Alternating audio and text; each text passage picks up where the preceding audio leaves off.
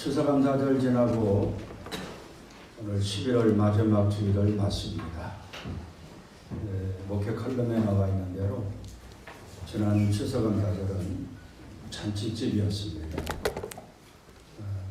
새생명전도축제 마지막 알곡 축제로 풍성한 열매들이 있었고, 저녁에 가족 찬양 축제는 참 즐겁고 또 은혜로운 그런 자리였습니다.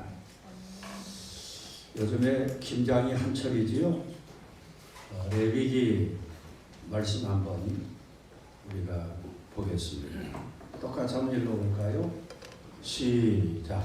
너희 땅에 우물을 뺄때 바람하고 비까지 다 빼지 말며 떨어진 것을 주지 말고 그것을 가난한 자와 어려움을 내려 나는 너희의 하나님 여호와이다. 자, 이스라엘 백성은 추수를 할 때 다 거두지 않고 한 모퉁이에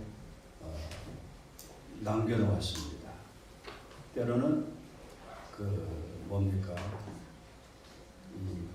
거두어들인 알곡들을 일부러 논 바닥에 흩어져서 어려운 사람들이 갖다 먹을 수 있도록 했습니다. 어려운 사람들이 누굽니까? 여기 보니까 가난한 자, 거류민 그랬습니다. 가난한 자 하면 쉽게 이해가 되는데 거류민이 뭘까? 영어로 말하면 레지스턴트인데 떠돌아다니는 사람들, 거지나 마찬가지죠. 그런 사람들이 와서 주워다가 먹을 수 있도록 다 추수하지 않고 남겨두었습니다. 그 일의 대표적인 인물이 누굽니까? 떠오르는 사람, 보아스가 그랬잖아요. 보아스가.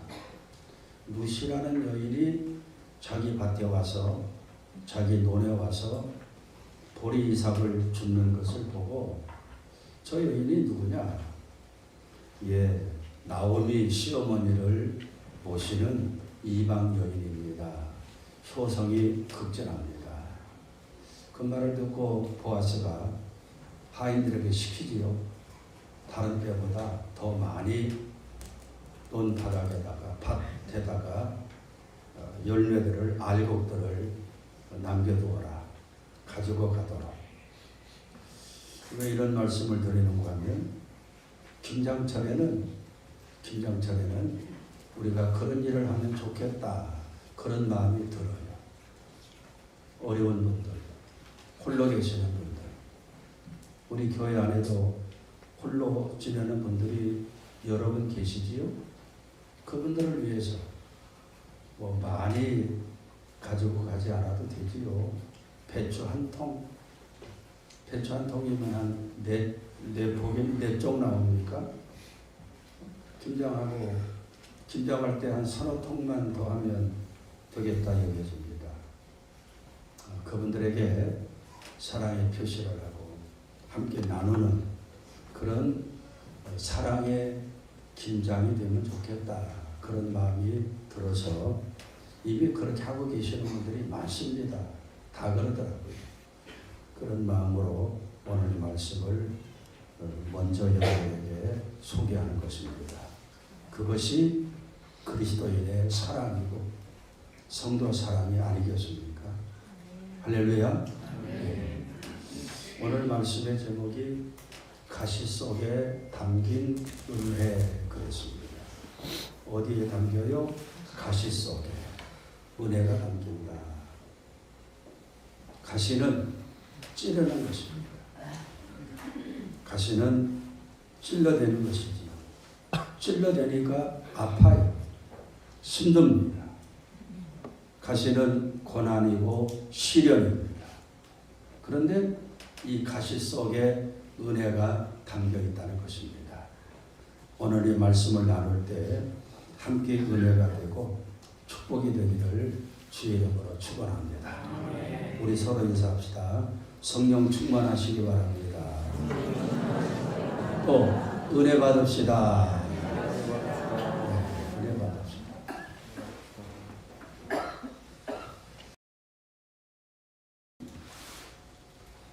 생각지 못했던 어려운 일, 고난이 우리에게 다가옵니다. 오늘이 11월 말일이지요. 한 해가 거의 저물어갑니다.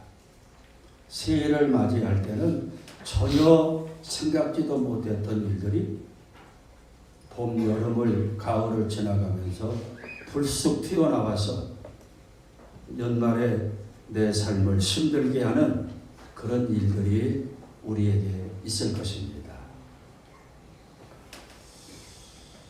사람들은 그런 고난을 만나면 시련이다, 또는 십자가다, 또는 가시다, 뭐 이런 얘기를 합니다마는 본문에 보니까 사도 바울은 그 어려움을 한마디로 이야기하면서 가시라고 이야기합니다. 가시. 가시가 찔러대는 것이지요. 사람이 살아가면서 이 가시는 누구에게나 오고 있는 것입니다. 어쩌면 이 말씀을 듣는 이 시간에도 남 모르는 가시가 나를 찔러대서 통증 가운데 이 말씀을 듣는 분도 계실 것 같아요. 환경이 가시가 되고, 믿었던 사람이 가시가 되고, 이웃이, 사랑하는 가족이, 때로는 내가 지혜롭게 처신하지 못함으로 내 자신이 가시가 되어서 나를 찔러댈 수도 있습니다. 바울은 우리가 잘 알고 있는 것처럼 남 부러울 것이 없는 사람이었습니다. 이런 사람을 금수저라고 합니까? 아니, 다이아몬드와 같은 사람이라고 이야기할 수 있을 것입니다. 당시 2000년 전 유대 지역이나 이 그리스 로마 이 지역에서는 헬라 문화가 주류를 이루었습니다. 헬라 철학이지요. 헬라 철학. 저 아리스토텔레스, 또 누굽니까? 플라톤, 이런 사람들을 통해서 이어져 오는 철학이 상류층 사회 사람들에게 널리 알려져 있고 배우려고 했던 그런 시대였는데, 바울은 헬라 철학에 능통했습니다. 그리고 세계의 공용어라고 할 수 있는 헬라어, 그리스어지로 헬라어를 유창하게 구사했습니다. 신약 성경이 헬라어로 기록되어서 우리가 헬라어 성경이라고 하는데, 그 헬라어를 유창하게 구사할 수 있었습니다. 어디를 가든지 말이 통하는 사람이었습니다. 혈통이, 가문이 대단했습니다. 빌립보서 3장 5절에 보니까 뭐라고 이야기합니까? 나는, 바울의 얘기입니다. 8일 만에 할례를 받아 이스라엘 족속이고 베냐민 사람이고 시브리 인종의 시브리 사람이고, 16절에 보니까 열심으로는 교회를 핍박하고 율법으로는 흠이 없는 사람이다. 흠이 없는 사람이라고 자기를 소개합니다. 정통 유대인, 베냐민 지파. 베냐민의 지파 중에서 왕이 나오지요. 이스라엘 민족의 초대왕 사울이 나옵니다. 바울은 왕손이었습니다. 왕손. 그리고 그는 로마의 시민권자였습니다. 로마의 시민권자. 로마의 시민권자라고 하는 것은 오늘날로 말하면 미국 시민권자하고 똑같아요. 미국 시민권 얻기 위해서 미국에 나가 있는 우리나라 교민들이 얼마나 고생하고 있는지 아마 여러분들은 잘 모르실 것입니다. 그리고 그는 학벌로는 최고의 학벌이었습니다. 그 당시에 최고의 학파가 가말리엘 학파였습니다.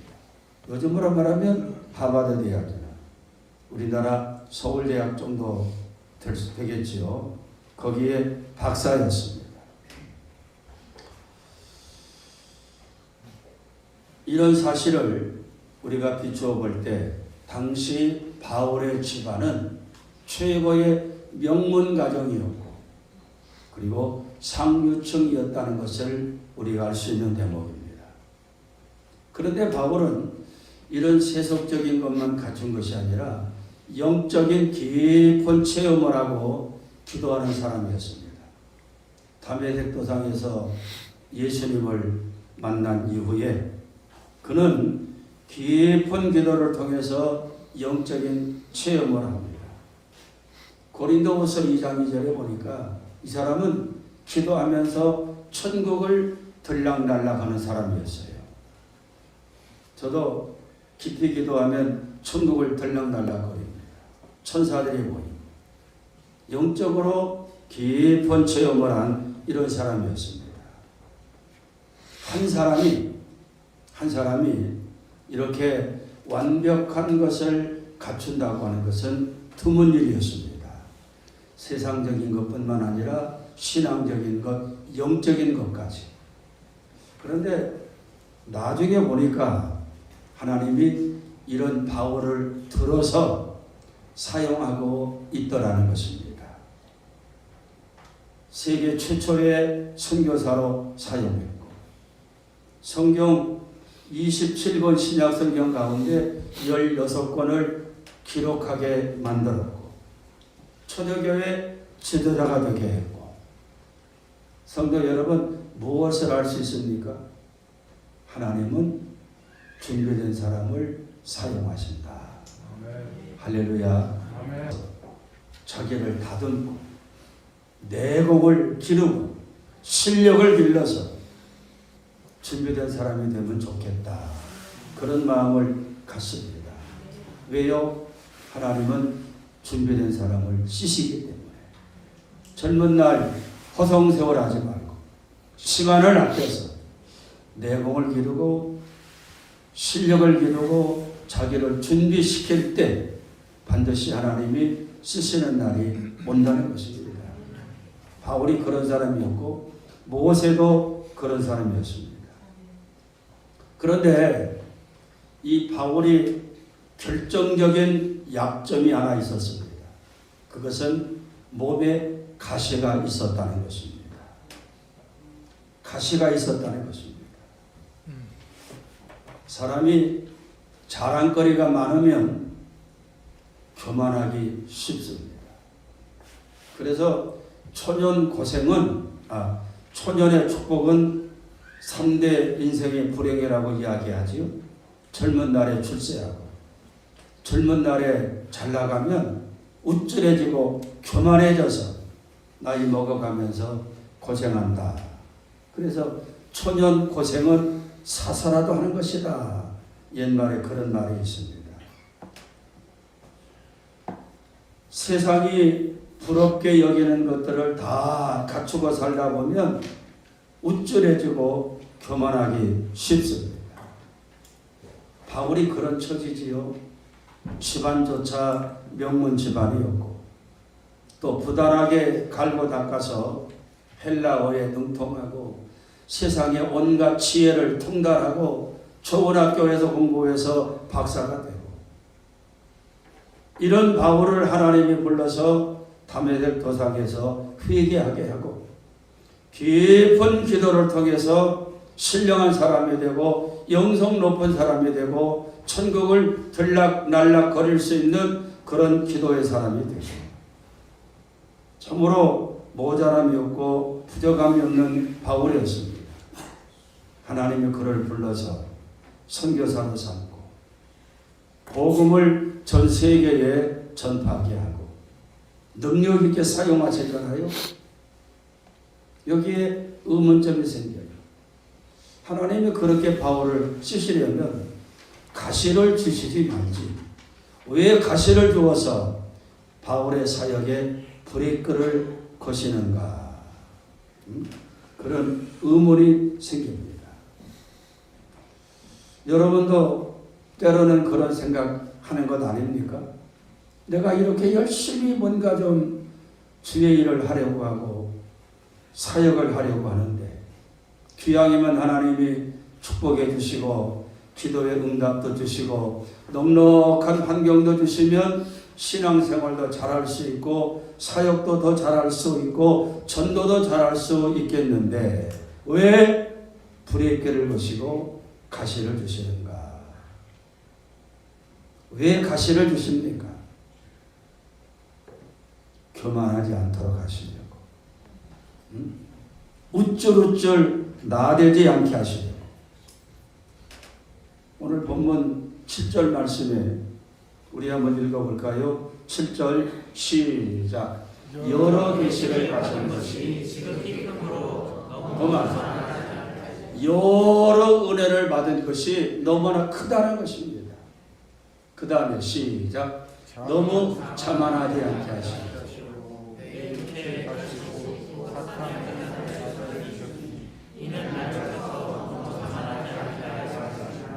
할렐루야. 내가 받은 것이 너무나 크다는 것입니다. 너무 많다는 것입니다. 너무 많이 가졌다는 것입니다.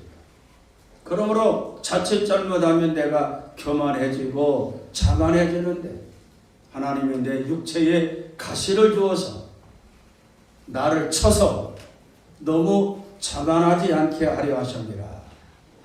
나를 쳐다는 말은 뭡니까? 하나님의 나를 치셨다는 것입니다.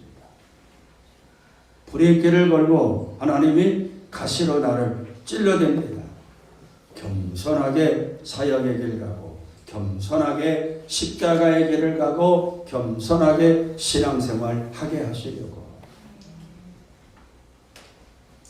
성도 여러분, 답이 나왔습니까? 왜 하나님의 내 사역에 내 인생길에 가시를 주시는지, 고난을 주시고 슬픔을 주시는지 그 답이 나왔습니까? 자기를 낮추게 하려고. 바울은 가시가 찔러댈 때마다 내가 교만하지 말아야 되겠다. 겸손하게 섬겨야 되겠다. 초심을 잃지 말아야 되겠다. 자기를 쳐서 십자가 밑에 복종을 시켰다는 것입니다. 할렐루야. 이 가시 앞에서 바울이 한 일이 뭘까요? 기도했습니다. 물론 기도하기 전에 회개하고 자기를 돌아보았겠지요. 하나님이 나에게 왜 또 가시를 주셨을까? 내가 잘못된 것은 뭔가? 자기를 돌아보면서 회개합니다. 그리고는 8절에 보니까 이 가시 때문에 작정하며 기도하기를 3번 했다는 것입니다. 가시가 내게서 떠나가게 하기 위하여 내가 3번 주님께 간구하였다. 3번 간구는 그저 한두 번 기도한 것이 아닙니다. 작정 기도입니다. 40일 금식을 하든지 단일 기도를 하든지 100일 작정 기도를 하든지 하나님 제 몸에 있는 가시를 내게서 뽑아주세요. 바울에게 있는 육체의 가시는 성경에는 정확하게 나오지 않지만 대개 3가지를 이야기합니다. 첫째는 위장에 문제가 있지 않았나. 그런 말씀이 또 나오지요. 비위를 상하게 하는 약을 가져오라. 위장이 안 좋았나. 어떤 사람은 간질병을 앓고 있었다. 그렇게도 이야기해요. 간질이 뭔지 아시지요? 또 안질. 눈이 안 좋아가지고 잘 보이지 않았을 것이다. 그래서 바울의 사역지에는 언제든지 누가 동행합니까? 의사였던 누가가 바울을 따라다니면서 바울을 도와요. 바울 말년에 로마 감옥에 갇혀 있을 때도 다 떠나갔지만 누가는 나와 함께 있는 능력자였습니다. 죽은 자도 살리고 기도하면 능력자입니다. 드로아에서 사역할 때는 유두고라는 청년이 설교를 듣다가 난간에서 떨어져 가지고 죽습니다.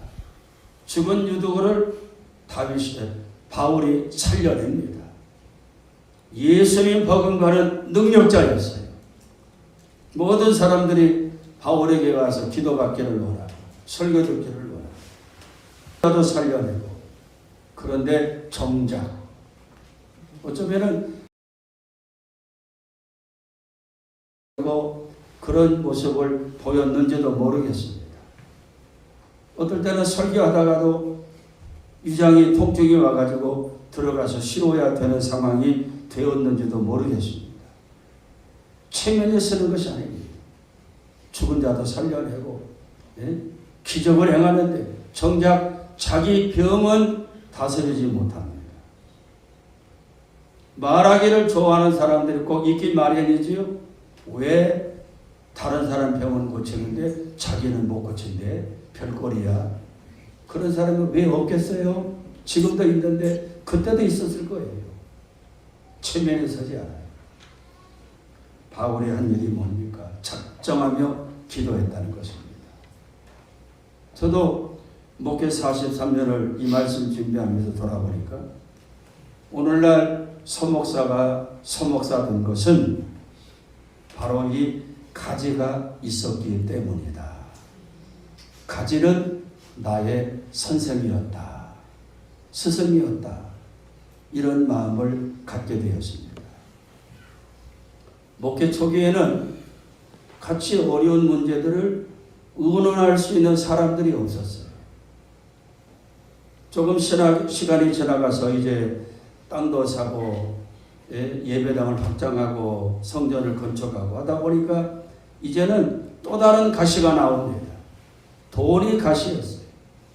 이자 낼 날은 다가오고, 은행에서 독촉이 오고 월세 내야 되고, 이 돈이 가시였습니다.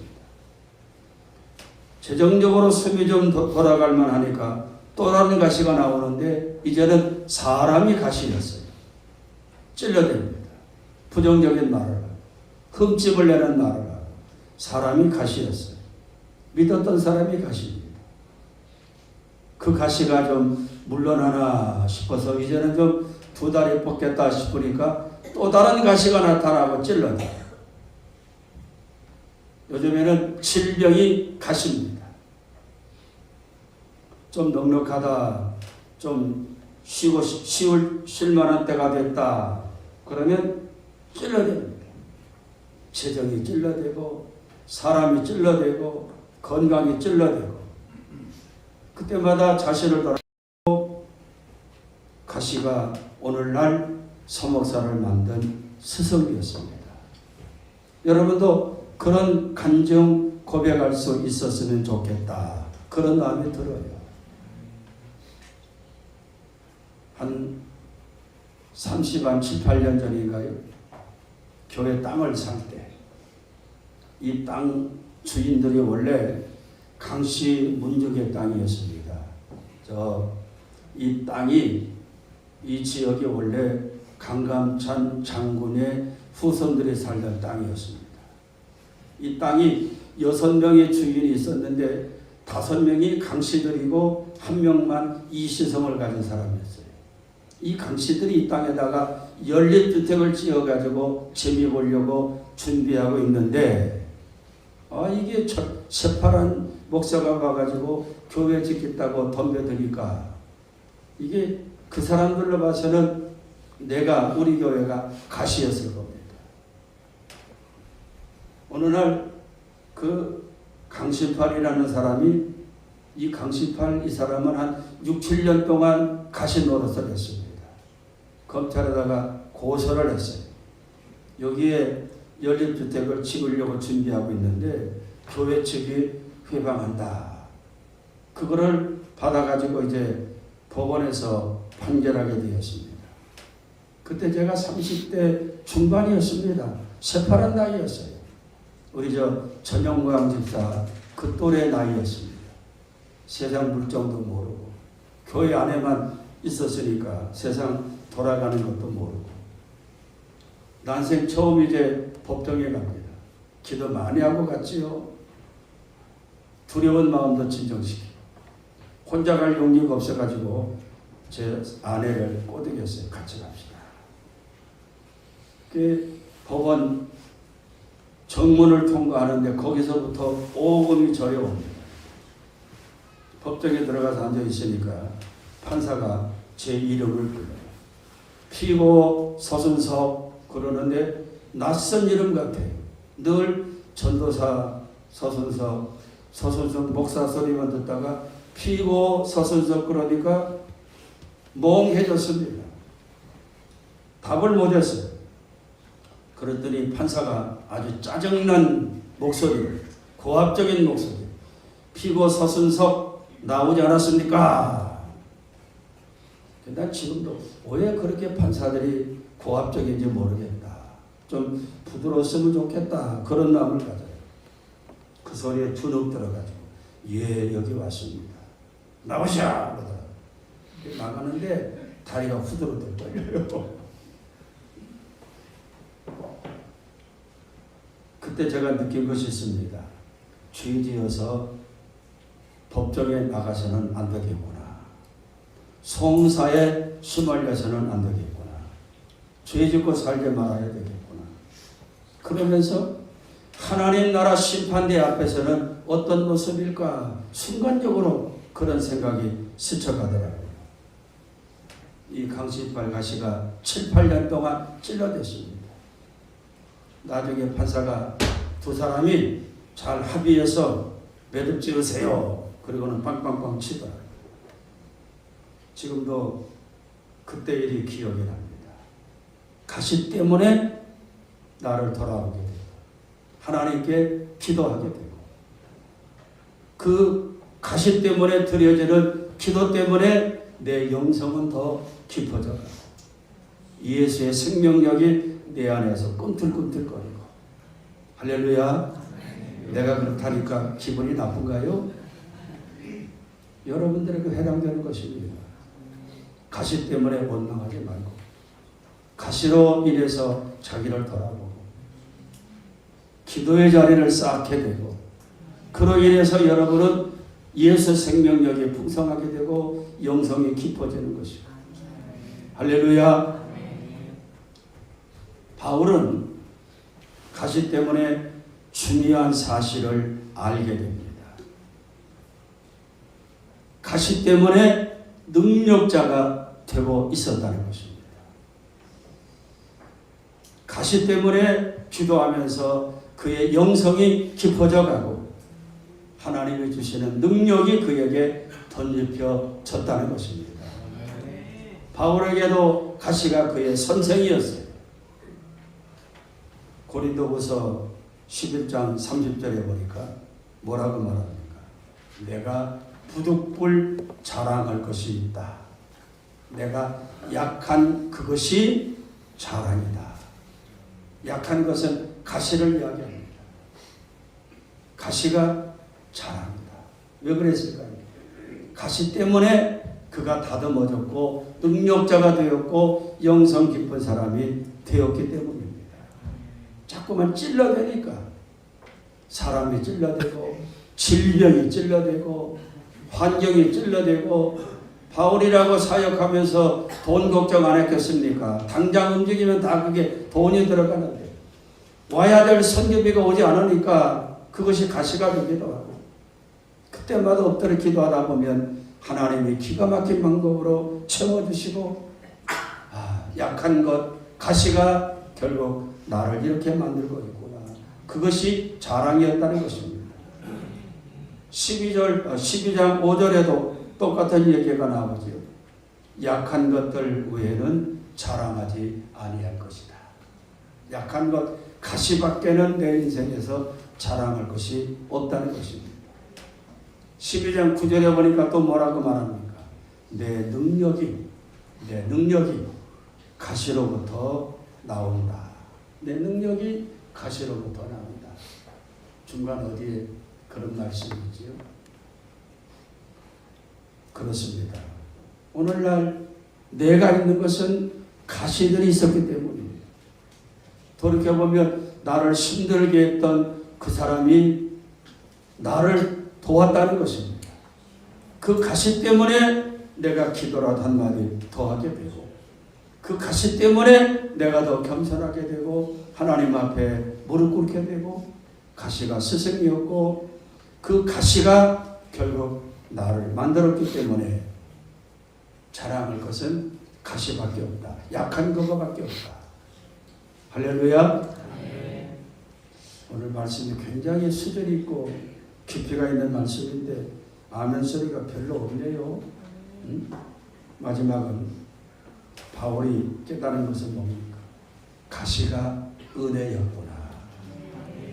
가시가 은혜였구나. 여러분도 그런 고백할 수 있기를 축복합니다. 가시가 은혜였어요.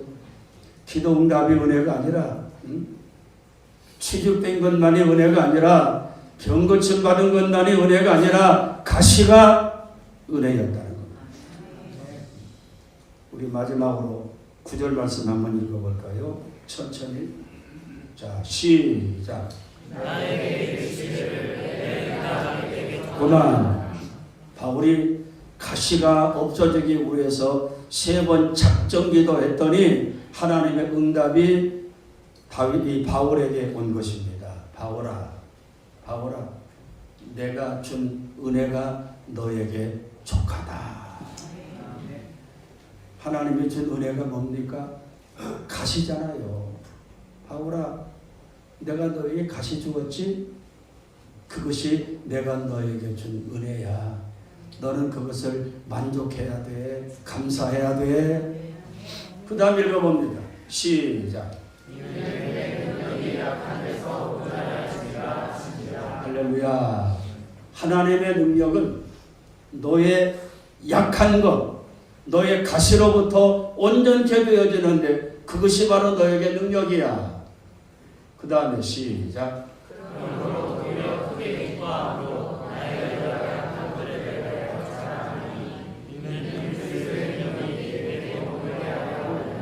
그러므로 나 바울이 크게 기뻐한다. 가시 때문에 기뻐한다. 그 가시들 때문에 나는 자랑거리가 많아지고 그것이 하나님의 능력이 되어 내게 머물러 있다. 내가 이런 능력자가 된 것은 가시 때문이다. 가시가 은혜였다. 할렐루야. 듣는 귀가 있는 사람은 듣는 겁니다. 그래서 요한계시록에 듣는 귀가 있는 자들은 들을지어다 그런 말씀 나오지요. 오늘 말씀이 바로 그런 겁니다. 여러분을 찔러대는 가시가 뭡니까? 환경이, 배신자가, 재정이, 질병이, 믿었던 사람이 가시될 수 있어요. 자식이 가시되어서 힘들게 할 수도 있습니다. 그러나 그 가시는 나를 돌아보게 하고 기도하게 하고 오히려 그 가시가 은혜였다는 사실을 알게 되는 것입니다. 가시는 나를 능력자로 만들고 나를 다듬는 도구로 하나님이 그 가시를 통해서 사용하셨고 나를 겸손한 사람으로 기도하는 사람으로 만들었다는 것입니다. 오늘 여러분에게 찾아온 가시가 심하게 없고 귀찮고 짜증나고 원망스럽기도 하지만 오늘 가시 속에 담긴 은혜를 우리가 생각하면서 바울이 바울 된 것은 가시 때문이었음을 기억하면서 우리도 주님 가시가 은혜였습니다. 그런 고백할 수 있는 수준 높은 성도가 되기를 주의 이름으로 축복합니다. 할렐루야. 이 시간 기도할 때 여러분을 찔러대는 가시들을 위해서 기도합니다. 주님 힘들어요. 이 사람 때문에 힘들어요. 내 자식 때문에 힘들어요. 내 질병 때문에 힘들어요. 재정 때문에 힘들어요. 주님이 가시를 어찌합니까? 가시 때문에 내가 더 겸손해지게 하시고 주님 할 수 있거든 가시를 내게서 뽑아 주시옵소서. 주여 한 거라고 기도합니다. 주님